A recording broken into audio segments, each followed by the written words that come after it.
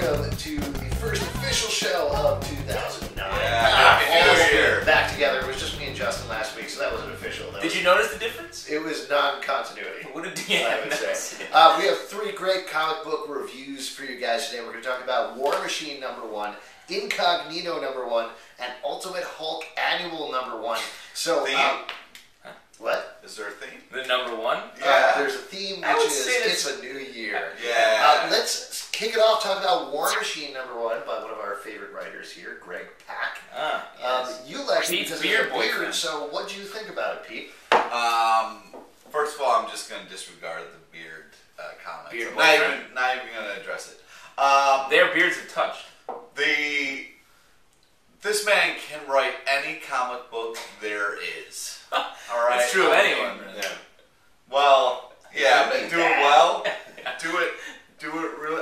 This man knows how to write words. I read Greg Pak wrote an issue of Care Bears that was bad. Yeah.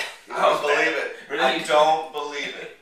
I don't know that. It was just like he was writing the Care Bear stare scene, and it just didn't make any sense. All right, so the my character point terrible. is, I feel like he does a great job of understanding what the character is about that he's writing for, and really just kind of getting to that, the heart of By the way, I what just they're- want to let you know, we had a New Year's resolution. It was to never let you talk. Yeah. Oh, well, that's great. So, yeah. 2009 was different than 2008. Anyway, War Machine is fantastic.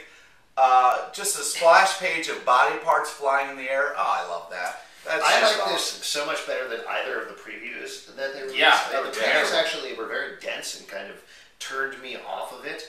But I like this a lot. The only thing that's holding me back about this, and this isn't really a spoiler if you've been reading Avengers the Initiative or any of the previews, Rhodey is now a cyborg. More specifically, he is Cyborg, the DC character. He And looks. I find that a little weird, that you have a strong black male character and you have a need to turn him into another character. To literally cut all of his limbs off. Yeah, it's a little strange. I mean, I think it is certain, Greg Pak, I'm not blaming him because he's dealing with plot point that was set up elsewhere. But it feels a little unnecessary to me. Well, and I don't know, this whole story is like, I have to do this. It's so like, it's very one note. The world to me. needs a War Machine. Oh, yeah, I know he thinks that, but that's because he's War Machine. I think the world needs Justin Tyler. Trust me, you're the only one who thinks that. I don't know, if Greg Pak wrote you, it would be more. Oh, man, I gotta get that. I do like this issue. I think Pak does a good job, and he does a good job of setting up Rhodey's cast of characters. Pete said that Greg Pak couldn't write me. He's finally found the limit of what Greg Pak can do. Yeah. Would you say pick this up? Yes. It's a good read, though. I hope we get to see more sides of the character than just like, I gotta fucking do this. We gotta do this. Actual dialogue from the issue, not for kids. Speaking of not for kids, let's move on and talk about Incognito #1. This is Ed Brubaker and Sean Phillips from Criminal, kicking off with another series. What do you guys think about this? Well, I definitely.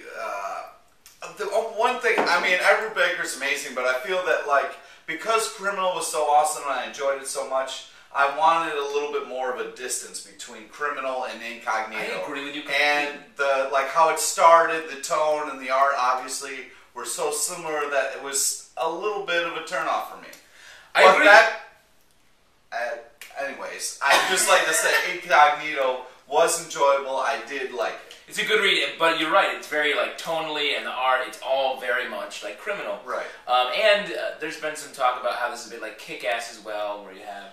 Well, but I think that's the point. I mean, it's supposed to be pulp stuff. They're writing, it's Sean Phillips. Of course, it looks like it because he's Sean Phillips. No, and True. It reads like it because it's Ed Brubaker writing pulpy stuff, the same as he's doing for Criminal. So I think that's the reason it feels similar. Yeah. Well, if you have if you have something that's popular, you should try to separate it a little bit instead of it being Criminal too. But even if he says it in the back, he says in the back that this is part of their pulp line that they wanted to expand out of Criminal. So he's actually actively trying not to separate it from Criminal. He's trying to tie it in. Well, I think not he's wrong. plot-wise. Oh, wow. Okay, wow. No, Ed Brubaker is a beard you disagree with.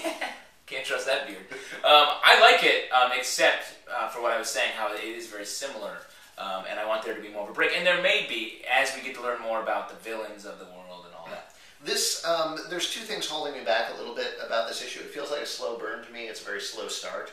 Yeah. I don't necessarily have a problem with that because it has the pulpy origins, it's going to feel a little more like a novel and it's going to take a little more time. The second thing is I'm a little tired of deconstructionist superhero stories at this point. Yeah. Oh, yeah, I misspoke. I said kick-ass. It's like wanted.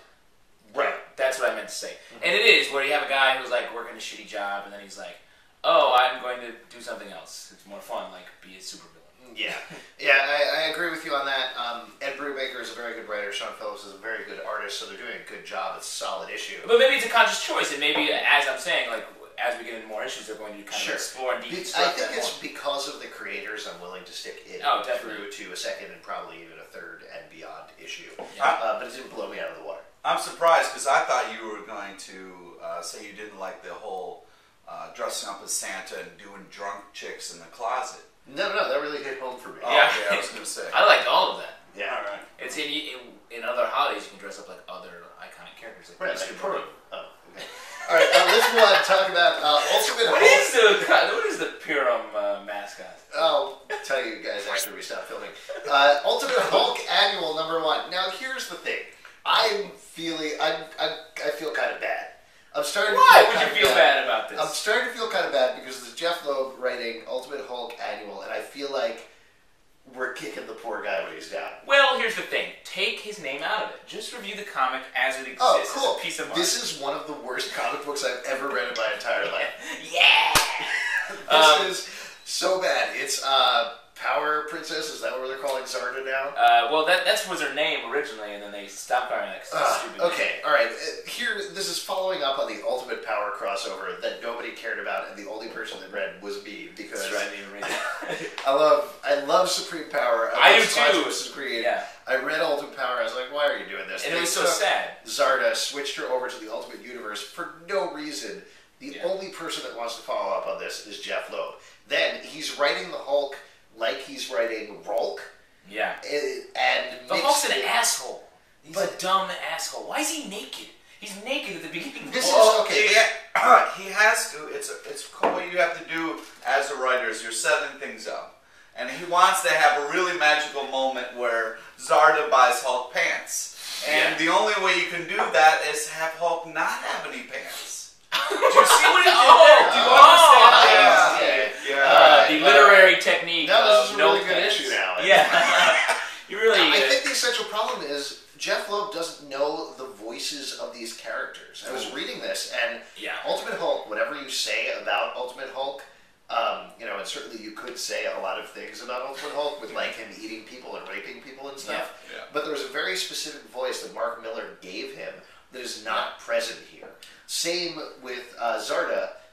JMS, I never pronounced his name correctly, so I'm just going to say JMS, gave her a very specific voice, and it's not present here at all. Yeah, it's a very surface look at the characters, and also, like, it's not even consistent in the book. In the beginning, you have Hulk being like, Hulk hungry, then at the end, when he's having sex with Zarda, he's like, this light is annoying, or something, and it's like, I don't know if the Hulk is liking This completely lost me more and more on every single page. This is, without a doubt, the least essential issue of 2009. Wow, that's a bold statement. Yeah, we're only like days in. Least essential comic book of 2009, Ultimate Hulk Annual. Well, keep in mind there's a lot of Batman, Superman versus werewolves and vampires yet to come out in 2009. Alright, fair point. They do. I don't know. I haven't read past issue 1, so I don't know if Superman is in it. Yeah. I would just like to try to chime in on this comic book. Oh yes.